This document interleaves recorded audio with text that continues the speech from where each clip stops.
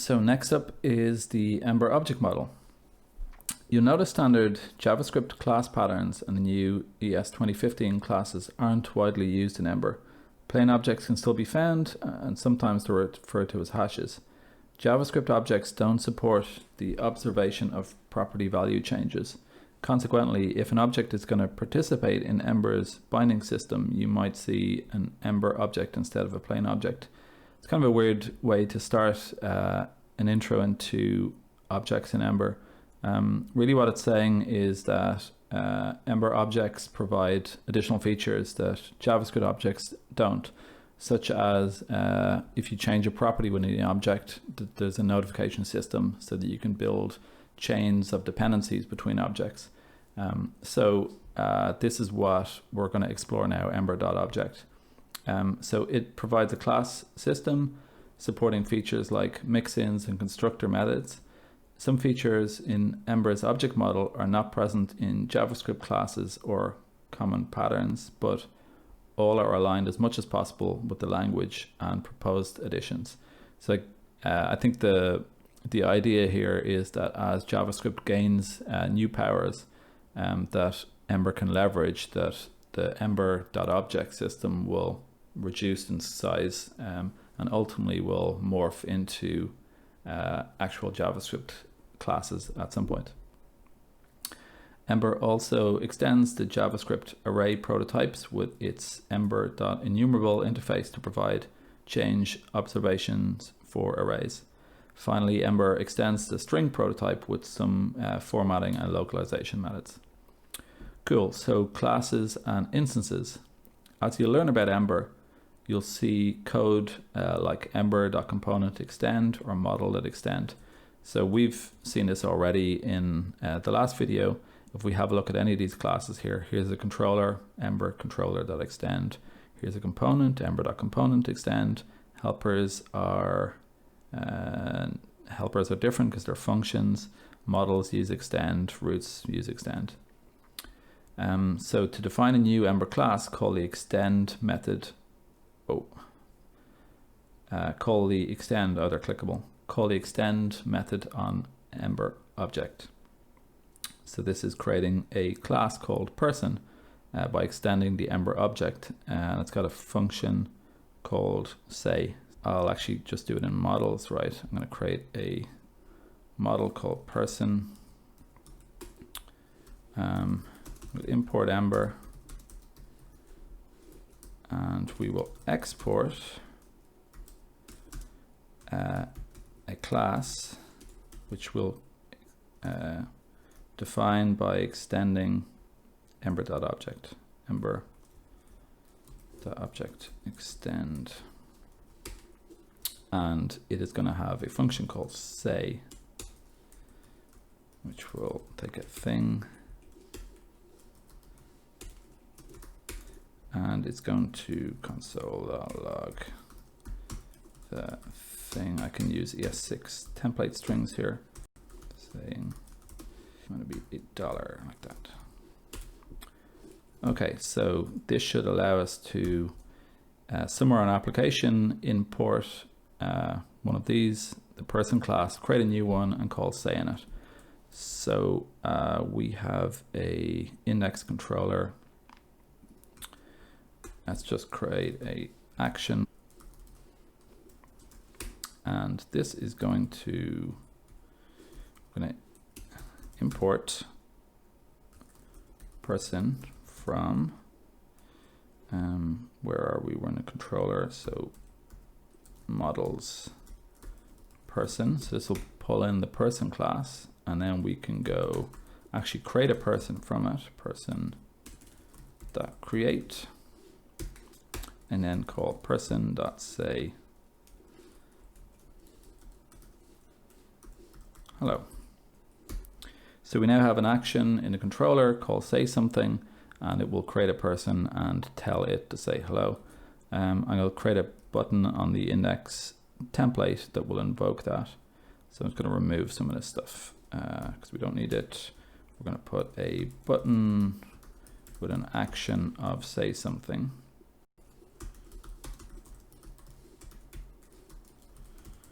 Okay, So this will call the action, hopefully that will actually create a person, and it will say hello.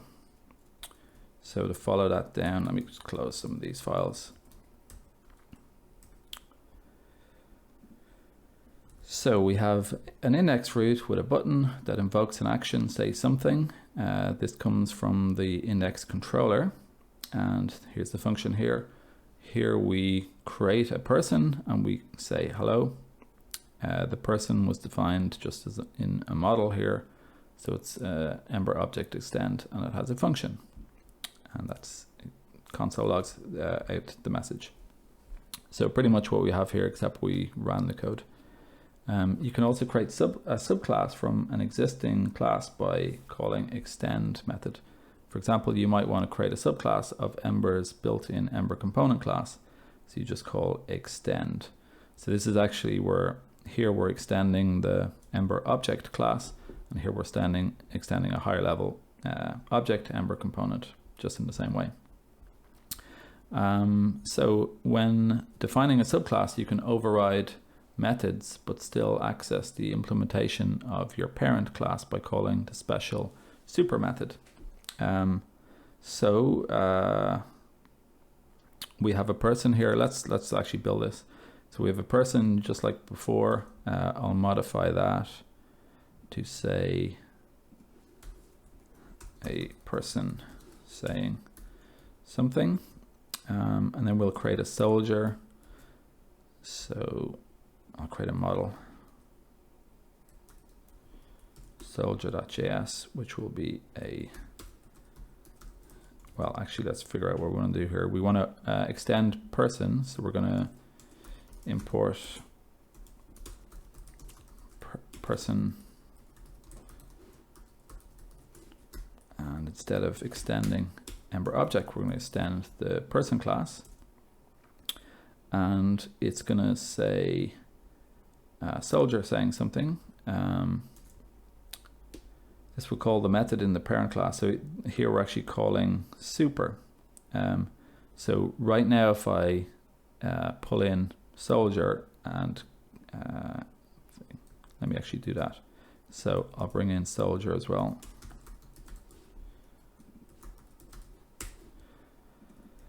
If I change this to be, instead of a person, it's a soldier,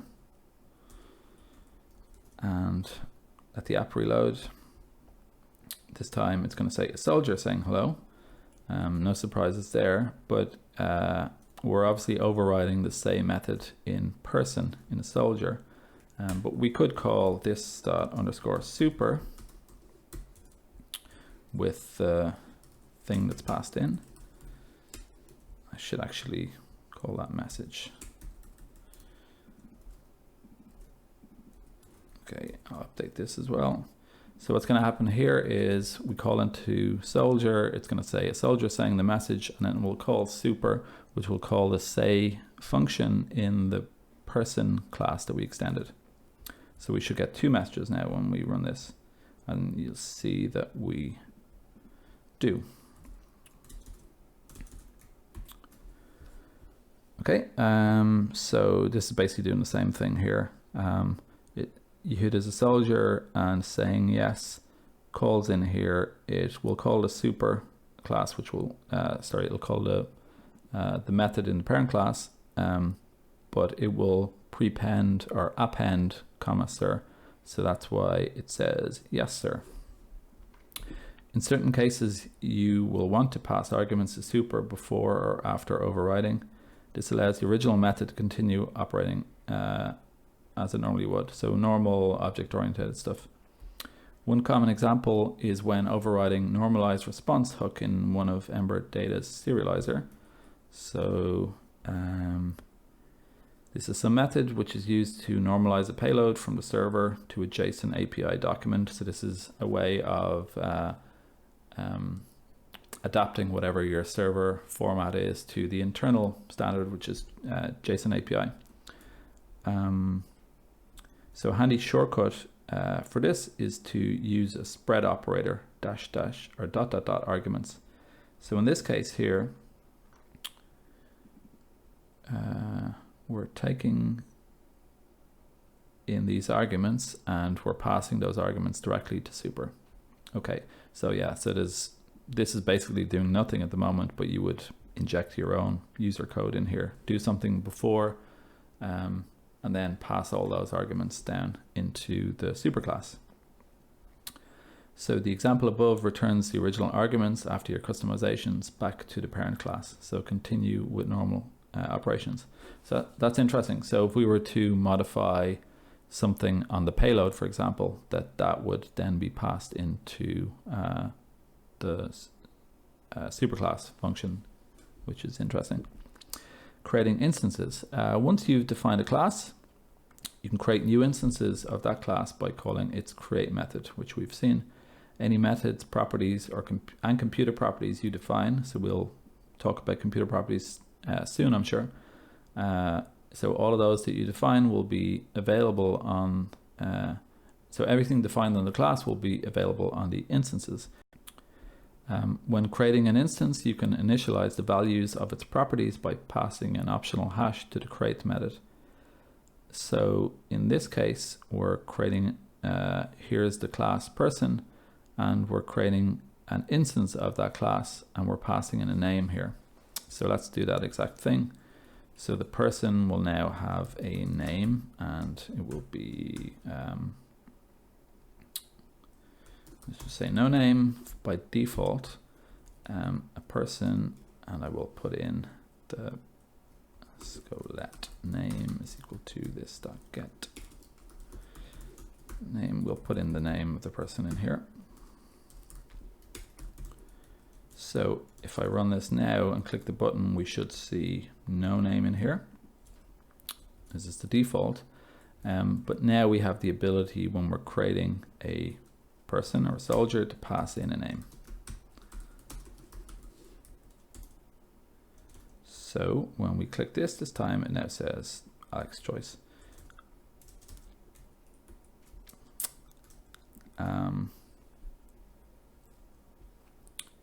So these are properties, and we can initialize them by passing in an optional hash into the create method. Note that for performance reasons, while calling create, you cannot redefine an instance's computer properties, and should not redefine existing or define new methods. You should only set simple properties when calling create. If you need to define or redefine methods or computer properties, create a new subclass and instantiate that. So we haven't yet talked about computer properties, so you can kind of just ignore that, other than if you're calling create, just pass in simple values for properties. By convention, properties or variables that hold classes are Pascal cased, while instances are not. So for example, the variable person would point to a class, while person with a lowercase p would point to an instance, usually of the person class. So you should stick to these naming conventions. Fair enough. Initializing instances. When a new instance is created, its init method is invoked automatically.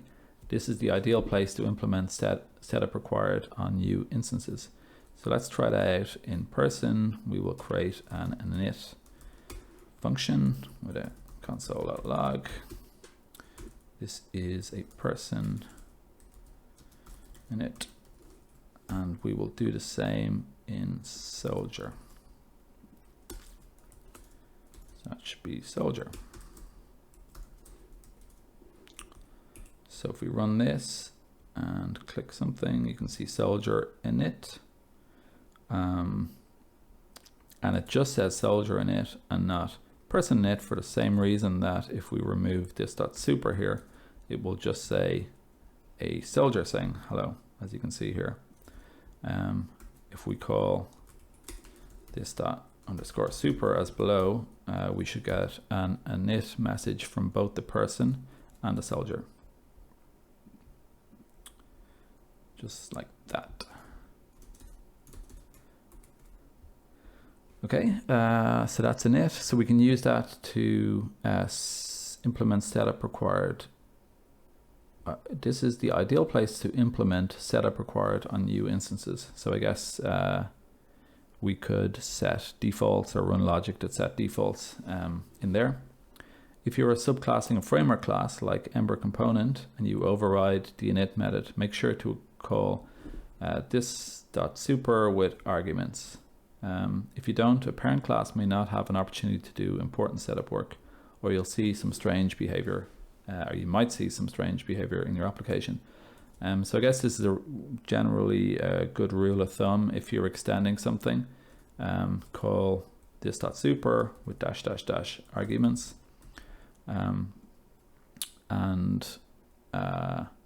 It will mean that whatever base classes you're not overriding them, or that the base class functions will be invoked correctly. Arrays and objects defined directly on any Ember object are shared across all instances of that object. So here we have a person with a shopping list, which has got an array with 2 strings in it. And we create 2 people, and we have an add item function, and in both of them, when you call add item, so if you call it on Steph here, he he wants bacon, Robert wants sausage, and you can see here from the output that they're manipulating an array which is shared across the instances. So in this case, they both end up with a shopping list of eggs, cheese, bacon, and sausages. To avoid this behavior, it is encouraged to initialize those arrays and objects during init. Doing so ensures each instance will be unique. Okay, so in the init, we set a property value of shopping list to be an array. So the difference being that instead of just declaring it like we can with strings, that we will set it up in init, which seems simple enough. Accessing object properties. When accessing the properties of an object, use the get and set accessor methods. So here we create a person and we get their name, and that will actually give us whatever the name is, and we can update it by using set. Make sure to use these accessor methods, otherwise computer properties won't recalculate, observers won't fire, and templates won't update. So this will all come together when we talk about computer properties mostly. The idea being that you can chain, you can have an object hierarchy and chain properties together, so that a computer property called full name, for example, might depend on someone's first name and last name. And if either of those change, the value of full name will also be recomputed. In order for that infrastructure to work, we need to call get and set on Ember objects. So next up is reopening classes and instances. You don't need to define a class all at once. You can reopen a class and define new properties using the reopen method. So person reopen is person true. So let's try that. So here's our person. So at the moment I'm just exporting what we're creating, but now let me put it in person, put in a variable so we can actually manipulate it, and we'll export it down here. So let's reopen it. Person dot reopen, and this gives us the opportunity to I guess we can just pull this down here. That should work the exact same as it did. So I'll say reopened person. So if I run this, we should see a reopened person. So nothing really has changed. It just allows us to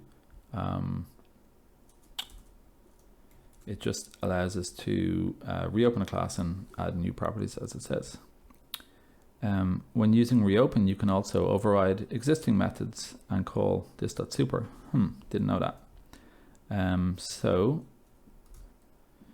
if we have say here and we reopen the person class, and we have, we're basically overriding this. So we can call super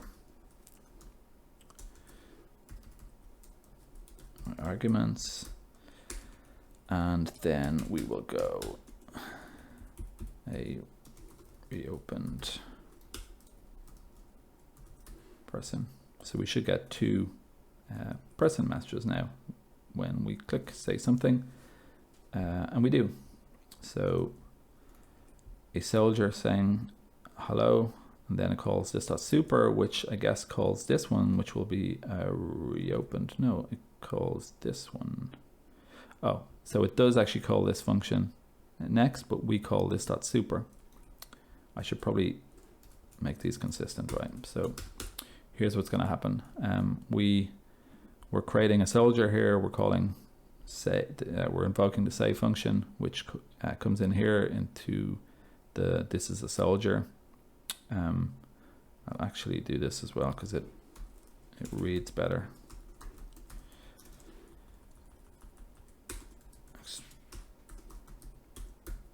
Okay, so we create a soldier. We call say the say function, which is here. It calls super, which is this function here, which in turn calls super, which runs this function. So it says a person saying whatever, then it'll run a reopen person, and then finally it will run a soldier saying. So that's what we should see. A person, a reopen person, a soldier. Great.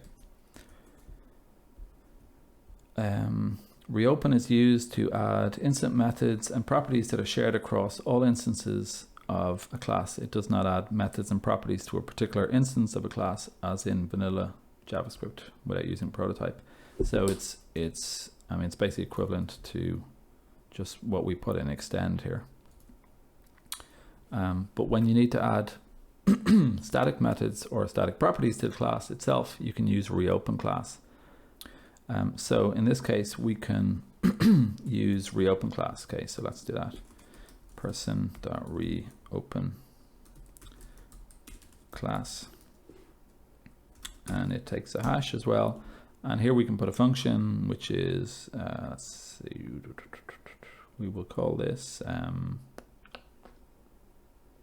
shout, which will be a function which will take a message and it will console log shout something. Okay, so the difference between this is obviously it's a class method or class function rather than an instance function. So to use it, we don't create an instance of it. We just call it directly on the class. So it's going to be person.shout. Okay.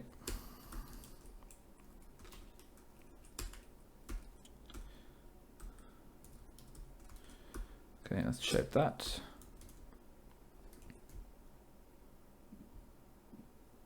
Okay, there we go.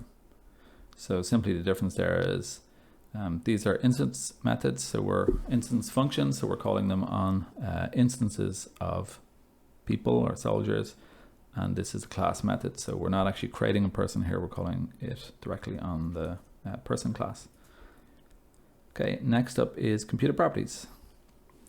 So in a nutshell, computer properties let you declare functions as properties.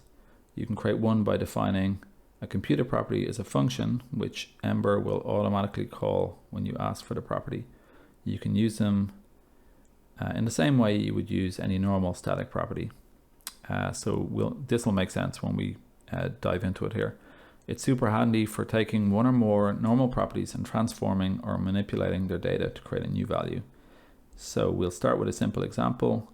We have a person, it has a first name and a last name, and here is our computer property. It's called full name, and it looks like this. It is a function. It returns a string. You can see it's concatenating first name with a space and last name, and Ember computed itself.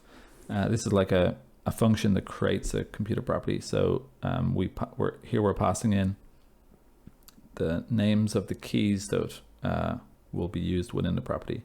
I guess this will all be displayed down here or explained down here better than I just did. So this declares the function to be computed property, as we saw here, and the arguments tell Ember that it depends on the first name and the last name attributes. So these guys here, whenever you access the full name property, and we're doing that here using the get function, so create a person and call get, and you can see it returns the full name here.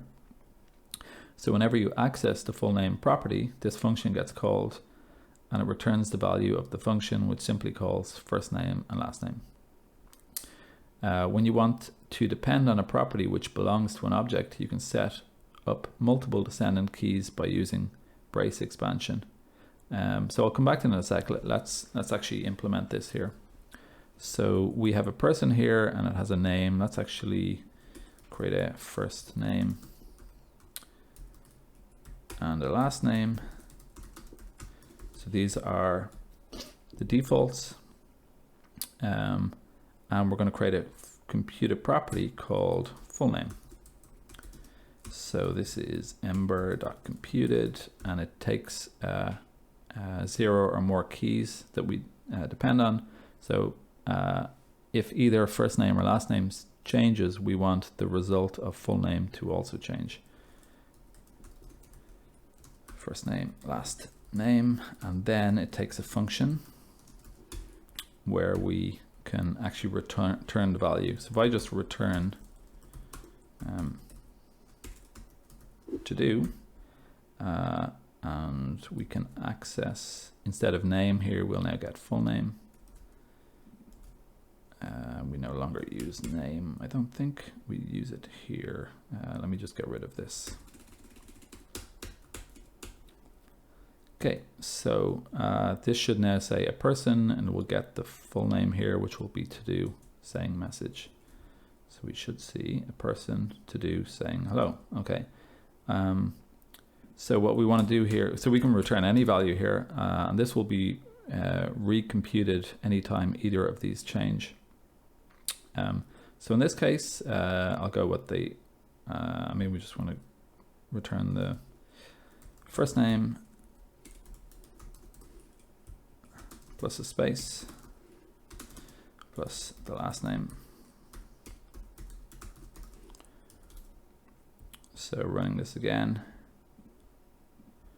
we'll see that there indeed is the person's name. Okay, we're just kind of logging that out at the moment, so we're not getting the benefit of actually binding it to the template. So one of the cool things about computed properties is that if you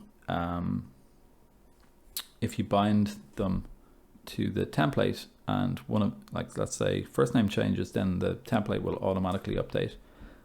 So I might actually try something else, which is Ember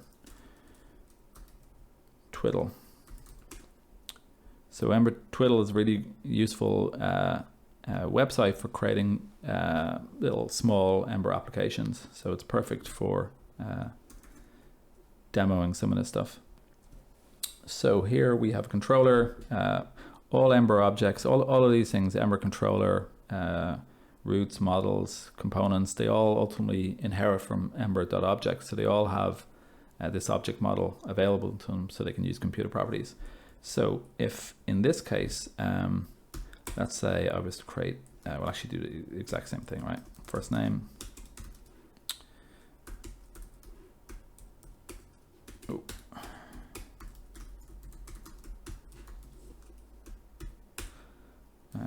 I'm not typing that out again.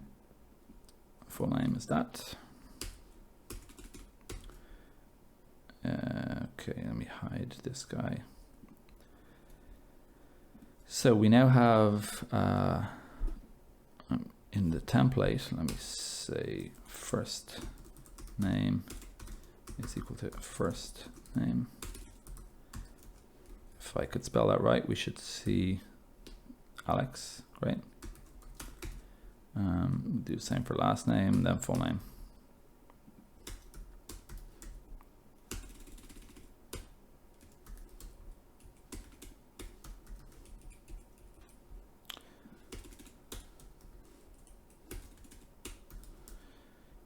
Okay, so if we make one of these dynamic, so at the moment this is just obviously static. If I create an input and set its value to be first name, like that, this should be something that we can change. You can see now that that updates every time first name changes. The result of full name, the computer property, is recomputed and the template is updated automatically, which is pretty cool. So that's exactly what we're seeing here. When you want to depend on a property which belongs to an object, you can set up multiple dependencies keys using brace expansion. So in this case, there is an object that it's not just it's an object that has a number of nested properties, baz.foo and baz.bar. So you could do something like, let me just import this in.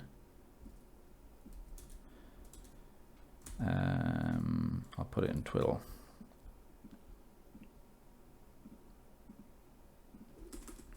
So something, why is that not passing? Something Ember computed function, return this. Does it need that? No, it does not. What is wrong with that? It says build errors. Okay, so it doesn't like that. Ember.computed. Is there something wrong with this?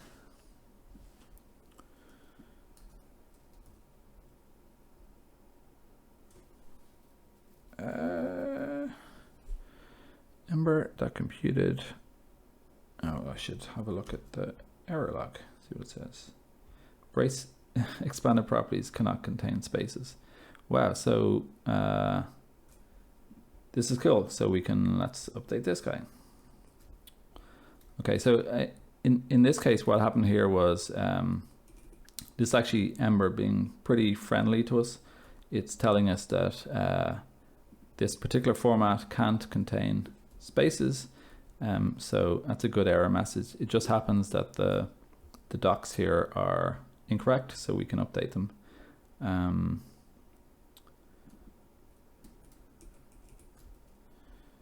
Okay, so you'll see if I remove the space that this should work, and it does. So I'll finish what I was talking about, and then I'll go and update the guide. So we have a something property here. Let's output that in the template. Oh.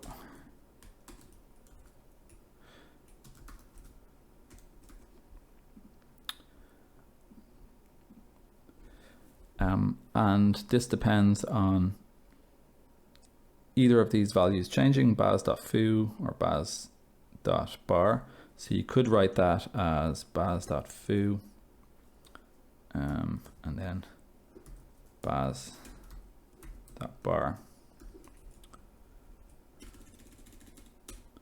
So that would be the same thing. I guess the property brace expansion is a little simpler, especially if you've got multiple properties. If that was like 4 or 5 of them, that's even more. So let's get the error message so we can give a good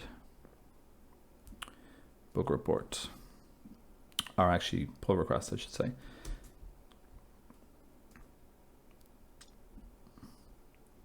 Okay, I'll just copy that.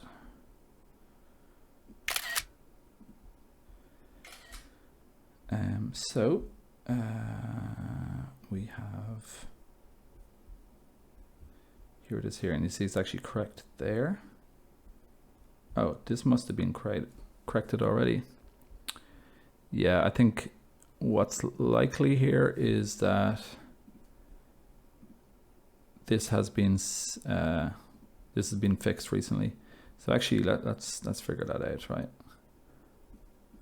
So I'd imagine that this was noticed, a little while ago, and someone fixed it, and it will be, there you go, 5 days ago, Raphael. So this is exactly what we're going to do. And the next time that there's a docs release, that will be updated. So that's cool. Okay, so chaining computer properties. You can use computer properties as values to create new computer properties. Let's add a description property to the previous example and use the existing full name property and add in some other properties. So first name, last name, we've now got age and country. Full name is the same as it was before, and description depends on full name, age, and country. So if any of them change, this value will be updated. Return whatever full name is, what the age is, and what the country is. So in effect, what's happening here is that, okay, so it's got a dependency on age and country. So if either of those change, it will update. Also full name, meaning if full name changes, it will update. And full name has a dependency on first name and last name. So the effect of this is that if first name changes or last name or age or country changes, description will be updated. So I'm not going to run that code. I think that's pretty self-explanatory. Dynamic updating. Computer properties by default observe any changes made to the properties they depend on and are dynamically updated when they're called. So that's exactly what we see in the twiddle here. When we're updating here, it's dynamically updating. So let's use computer properties to dynamically update. Okay, so we set the first name to William and we get the description and it's updated. Okay, so changes to first name was observed by full name computer property, which itself was observed by the description property. Something we described a minute ago. Setting any dependent property will propagate changes through any computer properties that depend on them all the way down the chain of computer properties you've created. You can also define what Ember should do when setting a computer property. If you try to set a computer property, it will be invoked with the key, the property name, and the value you want to set it to. So here, full name has also got a setter. So previously it just had this, which was by default a getter, but now it's broken up into a get function and a set function. So the set function takes a key and the value, and with it you can do whatever you want. So in this case, this function is splitting whatever the value is passed in, splitting it into first name and last name, setting those two properties. So in effect, you can now call this dot set full name to be first name, last name, and it will update.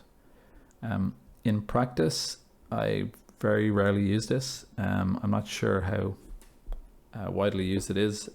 If you find yourself in the need for it, there it is. Computer property macros. Some types of computer properties are very common. Ember provides a number of computer property macros, which are shorter ways of expressing certain types of computer properties. In this example, the two computer properties are equivalent.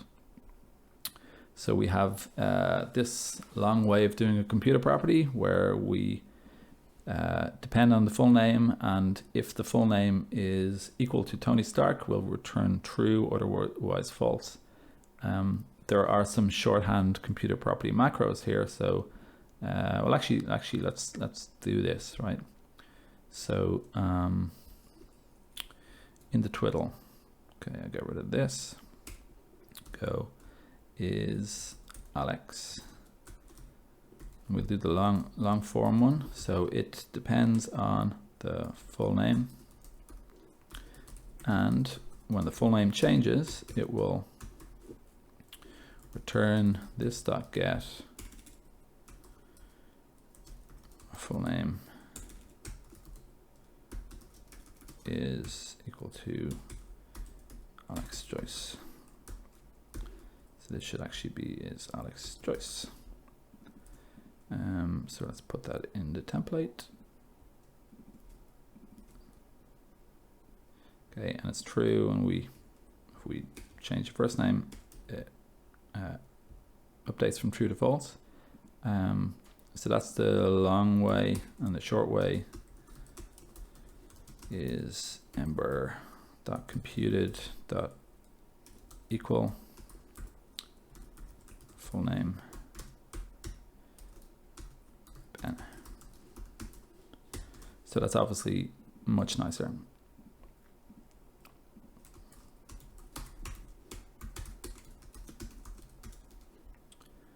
Okay, so Ben, you can see it updates. So they work the exact same, just one is a lot simpler than the other. And there's a whole set of them in the Ember computed namespace. So if you have a look in the docs, in the API docs, alias and you can add things together. Filtering arrays is something empty, is it equal, as we just saw, is a number greater than, equal to, less than. You can map max and min, various things. There's also, these are really super useful. In our own use in Intercom, we have our own library where we've created maybe another 20 or 30 of these macros, which we find really useful. There's also Ember CPM, which is a Ember add-on, which adds a whole set of other useful ones. So things like encoding or format or escaping if null, all sorts of stuff, really useful. So if you find yourself using these built-in ones, which you likely will, check out Ember CPM. Right, so next up is computer properties and aggregate data.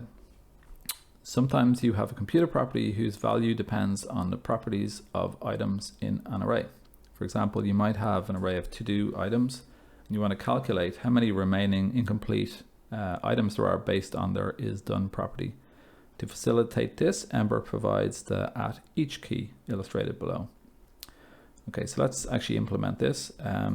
We have an array of to-dos, which are just 3 Ember objects with an isDone property on them.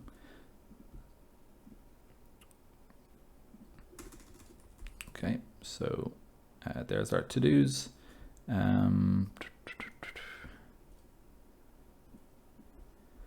And there is a computer property called remaining, which gets the to-dos and then filters by the isDone.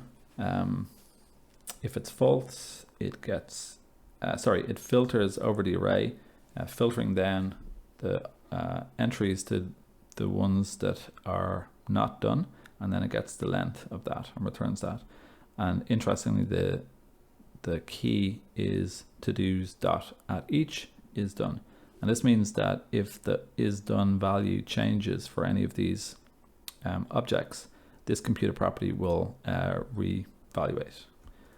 So it occurs to me that in order to run this, I'd have to create some UI to update these to-dos. Yeah, let's just do it. Okay, so sorry, I was thinking I'm not doing that, but it's going to be, it's Ember, it's pretty easy. So we have this computer property called remaining. So what I want to do is iterate over to the to-dos, put a checkbox in there so we can actually toggle these. So let's iterate over to-dos. So each to-do as let's see, item. This is probably not a good name for this. It should be to-dos, right? Oh, it is to-dos. Okay, so I was wrong. Okay, to-dos as to-do. And we are going to go to-do. I guess this is going to be a list, let's say.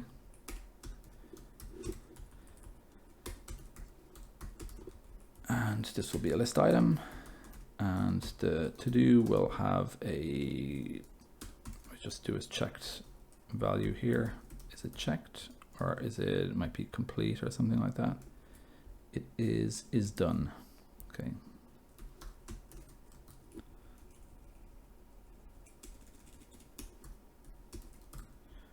Okay. So we should see the to-dos there, the isDone state. So there are some helpers. I think we've seen the input helper before. There's also a checkbox, which we use like this. So this is what I'm actually going to use to manipulate the state of these to-dos. So the checked is going to be to-do is done, meaning that we're actually binding the value. So you can see as we update this is actually changing the object, the object's value. So we have remaining then, and we can go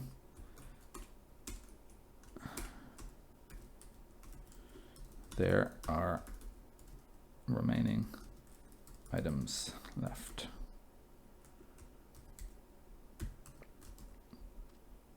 So you can see as I uncheck, this computer property is updating as we expect. This one here.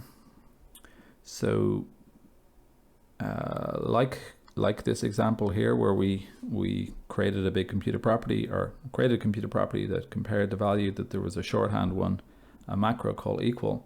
There is a macro for doing exactly this, which is filtering. So let's try that. So how do I find this? You go to API.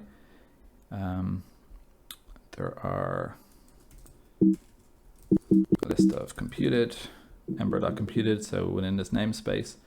So really what we want to do is filter, or filter by. So filters the array by property and value. So this is almost the exact same, right? Chores done, false, and it returns it filters down the array.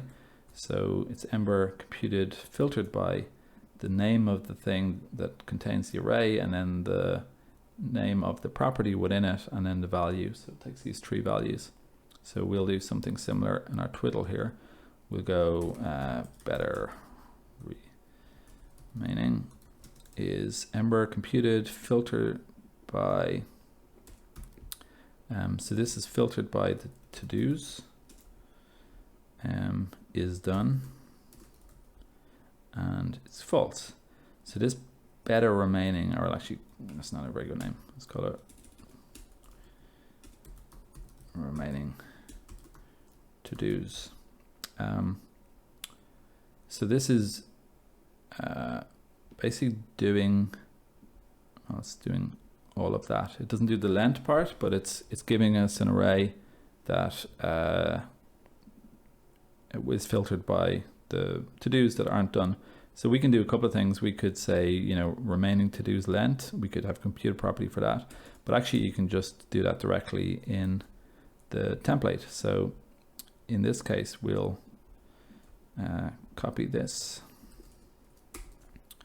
and this is remaining to-dos. If I leave it like that, it's actually it's an array, but I can go .length. So we actually end up with the exact same thing just by using a macro to do the filtering rather than hand rolling the computer property ourselves. So what's the point of this? The at each. Okay, so here the dependent key instructs Ember to update bindings and fire observers when any of the following events occur.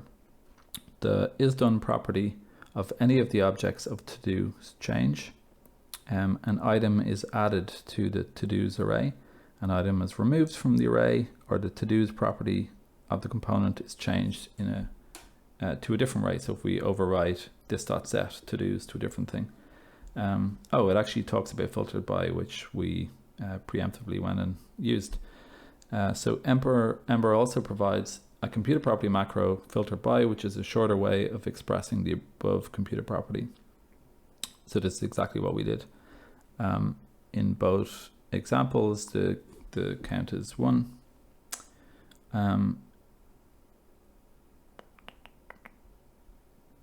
So I think that's incorrect, right? Because this will give you an array, not this filters down to an array, so this is an array, so really this should be .length, right? So let's just run this to be sure, before I create a pull request. So to-dos and remaining. Okay, yeah, it is, because remaining filter by to-dos is... Okay, so we have this remaining thing, and if I go into the handlebars, remaining items left.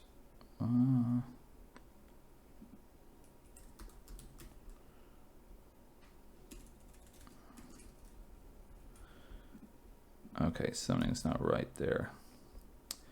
Okay, I've messed up the JavaScript. So I'm missing a comma here. So right, so that's actually an array. So remaining is an array. So let's fix that. Okay, so we're going to say, which is the shorter way of expressing the above computer property. So really, this is going to take a little thought, because we might need to reword some of this here. So it isn't exactly a shorter way, but it's not expressing the exact same as computer property above. So what I'll do is I'll, after this video, go and figure out what that should be and submit a pull request. So if we change the to-dos is done property, the remaining property is updated automatically, as we saw. Note that at each only works one level deep, so you can't use nested forms like to-dos at each owner.name. So that will work, but yeah, you can't hang a dot key after it, or you can't use two at eaches. Sometimes you don't care if the properties of individual array items change. In this case, you can just use square brackets instead of at each. Computer properties depend on an array. Dependent on an array using the square brackets key will only update if items are added to or removed from the array, or if the array is overridden. So in this case here, this computer property selected to-dos. So this computer property key here, this computer property will reevaluate if a to-do is added or removed, or we call this.set to-dos, or indeed if selected to-do changes, because we have two keys. Several of the Ember computer macros use the square bracket key to implement common use cases. For instance, to create a computer property that mapped properties from an array, you could use ember computed.map, or build a computer property yourself. So here is a computer property which depends on the chores array, and it maps the chores and into an array of strings, I guess, and manipulates some of the values on the chores. So if we create a hamster with two chores, clean and write more unit tests, and we call get on this computer property, it has mapped those values into these. And if we push an object onto the array, that computer property has updated, as you see here. And there is also a computed.map computer property macro, which does the exact same as this, but just in a much simpler way. So let's have a look at that. Map. Okay, so here's the exact same example. So I guess we'll look at it here. So it gives you access to the map arguments, and just removes some of the boilerplate. The computer macro expects you to use an array, so there's no need to use the square brackets key in these cases. However, building your own custom computed property requires you to use it. Right. Observers. Ember supports observing any property, including computer properties. Observers should contain behavior that reacts to changes in another property. Observers are especially useful when you need to perform some behavior after a binding has finished synchronizing. Okay, observers are often overused by new Ember developers. Observers are used heavily within the Ember framework itself, but for most problems Ember app developers face, computer properties are the appropriate solution. Okay, so you can set up an observer on an object by using ember.observer. So in this case here, we have an object, first name and last name again with a full name computer property. And here we have an observer on full name that will log out when the full name actually changes. So let's do the same in our twiddle. So we have, I should update the template just to say remaining.length, right?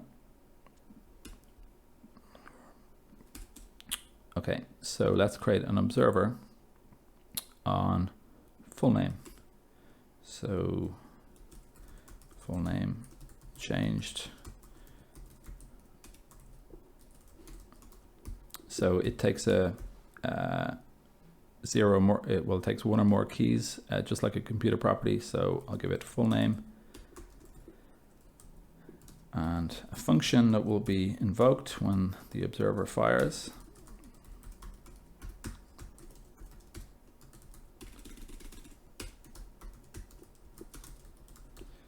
Changed, okay. So if I show the log here, and there we go, you can see full name change is actually firing here as we make changes. So same thing happening here. Observers and asynchrony. Observers in Ember are currently synchronous. This means that they will fire as soon as one of the properties they observe changes. Because of this, it is easy to introduce bugs where properties are not yet synchronized. So here we have an observer on last name, and we're console logging the full name, right? So the observer depends on the last name, and so does full name. Because observers are synchronous, when this function is called, the value of full name is not yet updated. So this will log the old value of full name. So this is why observers are basically evil, and you should try as hard as possible to avoid using them in your code, unless you're writing really low level like framework type code or add-ons. Try as hard as you can to avoid them. I mean, think about a good strategy for considering how you can avoid them is if you want a function that is invoked when something else changes. Well, instead of creating an observer that fires when that thing changes, that the thing that changes, the code that changes the thing that you wanted to observe, instead of observing it, just call directly, just call a function, just call a JavaScript function, and you avoid all of this weird behavior. The synchronous behavior can also lead to observers being fired multiple times when observing multiple properties, right? So we're observing first name and last name. Because both first and last name were set, this observer will fire twice. So we set first name and last name, right? To get around these problems, you can use Ember run once. So I'll skip over it. Actually, I won't skip over it. It's in the docs. I'll go through it. This will ensure that to get around these problems, you should make use of Ember run once. This will ensure that any processing you need to do only happens once, and happens in the next run loop once all bindings are synchronized. So the Ember run loop is something that we'll get into later. It's a way of the Ember run loop schedules work within Ember, and it allows it has an API that allows us to schedule work. So we can get around timing issues by using the run loop to put our code, to put functions in the right place, have them execute in the right place. So in this case here, there's an observer on first name, last name, and we're using Ember run once to say that within this current run loop, where multiple things can change, we only at most want to run process full name once, and also it'll run after all of the sets have propagated. So this fixes that particular problem. But if you avoid observers, you won't have this problem at all. So you won't have to write this somewhat complex code. Observers and object initialization. Observers never fire until after the initialization of an object is complete. If you need an observer to fire as part of the initialization process, you cannot rely on the side effect of set. Instead, specify that the observer should also run after init by using Ember on. So in this case, we have an object on init. We're setting some property salutation to something, and we have an observer. If we just had an observer on salutation, it wouldn't run. But here we're actually also saying on init, run this code. Unconsumed computer properties do not trigger observers. If you never get a computer property, its observers will never fire, even if the dependent key changes. You can think of the value changing from one unknown value to another.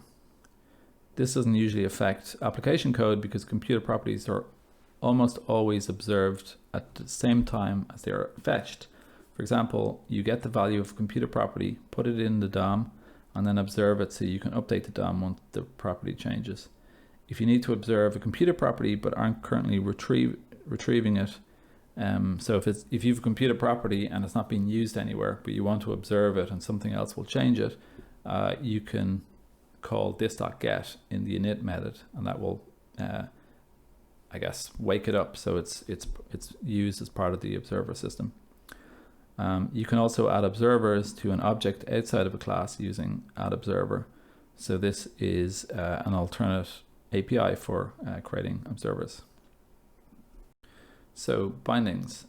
Unlike most other frameworks that include some sort of binding implementation, bindings in Ember can be used with any object. That said, bindings are most often used within the Ember framework itself, and for most problems that Ember app developers face, computer properties are the appropriate solution. The easiest way to create a two-way binding is to use a computed.alias that specifies the path to another object. So in this case, we have an object instance called wife. Here we're creating a class called husband who has a computer property which is an alias to wife.household income, and we then create an instance of husband and set the wife property. So then when we call get on household income, we're getting this property here, which is an alias to wife.household income. We set wife here, which is household income here. So if we manipulate the household income on the wife object, the husband object also is updated. Note that bindings don't update immediately. Ember waits until all of your application code is finished running before synchronizing changes, so that so you can change your bound properties many times as you like without worrying about the overhead of syncing bindings when the values are transient. One-way bindings only propagate changes in one direction using computed one-way. Often one-way bindings are a performance optimization, and you can safely use a two-way binding, which are de facto one-way bindings if you only change one side. Sometimes one-way bindings are useful to achieve specific behavior, such as a default that is the same as another property but can be overridden. For example, a shipping address that starts the same as a billing address, but that can be changed later. So in this case, we create an instance of an object called user, which has a full name. We then create a component which has a computer property, which is a one-way to user.fullname. And then we create an instance of the user component, passing in the user as a value. And then we update the user saying here's their name, and then so at this point the user component username here will also be whatever the value of user.fullname is, because it takes a one-way value. So whatever the value of full name and the user is will be the username, but we can then override this username by actually setting it. So this actually will override this whole computer property and replace it with a string value. So now we've basically broken the dependency between them, and user full name is now whatever, the user component username is now this value, and the user's full name is unchanged. So lastly, enumerables. In Ember, an enumerable is any object that contains a number of child objects and which allows you to work with those children using the Ember enumerable API, which is this guy here. The most common enumerable in the majority of apps is the native JavaScript array, which Ember extends to conform to the enumerable interface. By providing a standard interface for dealing with enumerables, Ember allows you to completely change the way your underlying data is stored without having to modify the other parts of your application that access it. The enumerable API follows ECMAScript spec as much as possible. This minimizes incompatibilities with other libraries and allows Ember to use the native browser implementation in arrays where available. So the use of observable methods and properties. In order for Ember to observe when you change an enumerable, you need to use special methods that Ember.enumerable provides. For example, if you add an element to an array using standard JavaScript method push, Ember would not be able to observe the change. But if you used the enumerable method push object, the change will be propagated throughout your application. So this is similar to the need to call this.set and this.get on Ember objects for the computer property bindings and propagation to work correctly. In our example, Twiddle, when we had a list of to-dos, if we were to have an action that pushed a new to-do object on, but it used to-dos array.push, the UI wouldn't update because push, just like saying object.name, doesn't give Ember the hook to realize that something has changed, so it can't update. So instead of using to-dos.push, we would use to-dos.push object, and that would give Ember a hook to realize that something has mutated on the array, and it would update its computer properties accordingly, and UI. So here is a standard JavaScript array. Here is a list of standard JavaScript array methods and their observable enumerable equivalents. So pop is pop object, push is pop object, and so on. Additionally, to retrieve the first and last objects in an array in an observable fashion, you should use first object and last object. API overview. In the rest of this guide, we'll explore some of the most common enumerable conveniences. For the full list, please see the API reference documentation. Iterating over an enumerable. To enumerate all the values on an enumerable object, use the for-each method. Okay, it's just like a normal one. First and last objects you can call get first and last objects if you want to get it. So in this case, we have an array. Last object is pig. Add on peacock. Get last object, it's peacock. We can also map over an array. If your enumerable is composed of objects, there's a map by method that will extract the named property from each of those objects in turn and return a new array. So in this case, we have two objects, Hawaii and California. They both have a property capital. We put them in an array and then we call map by capital, and it plucks the capital off both of those objects in the array and creates a new array. Filtering. Another common task to perform on an enumerable is to take the enumerable as input and return an array after filtering it based on some criteria. For arbitrary filtering, use the filter method. This method expects the callback to return true if Ember should include it in the final array, and false or undefined if not. So in this case, we have an array 1 to 5, and we call filter on it with a function, and we return a true or false value. So this will filter all items that are less than 4, and it gives us that array as an answer. When working with a collection of Ember objects, you will often want to filter a set of objects based upon the value of some property. The filter by method provides a shortcut. So this is very similar to the map by in that here we have a to-do, which is a class. Here we have an array that contains 2 instances of to-dos. And here we're going to filter by the isDone property of those objects. So the result is an array containing a single item. If you only want to return the first match value rather than the array containing all of the match values, you can use find and find by, which work just like filter and filter by, but return only a single item. Aggregate information to find out whether every item in an enumerable matches some condition. You can use the every.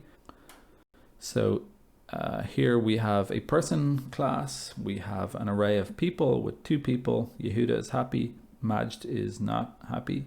And this will return false because every person is not happy.